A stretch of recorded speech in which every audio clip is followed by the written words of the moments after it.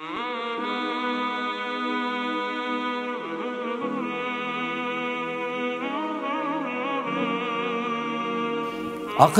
пайгамбар кыяматка жакын келген Мухаммадтын үммөтү үчүн курбандыктын канчалык деңгээлде сообу бар деген кезде Аллах Таала айткан экен, курбандыктын Мухаммадтын үммөтүнүн курбандыгынын ар бир түгүнө сооп берилет дептир. Ар бир түгүнө.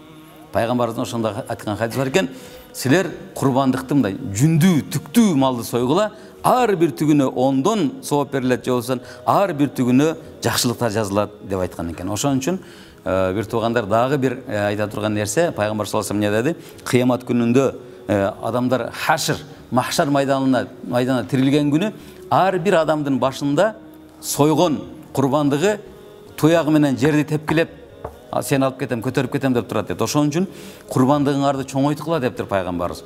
Курбандыгыңарды чоңойткула, албетте курбандыгыңар кыямат күндө силер үчүн улоо болуп берет дептир. Улоо. Ошон үчүн жанагы мына кой мөлөйүн деп калды, арык торук болуп атат, эчеге жарабай атат, ушуну союп коюн, эмеп деп курбан өткөрүп коюн десең, бул жарабай калат. Жарашты эле мүмкүн. Бирок кыяматта сени жанагы сырат көпүрөсүнөн чуркап көтөрүп өтүп кете турганчалык күчү, аалы жок болуп калат экен.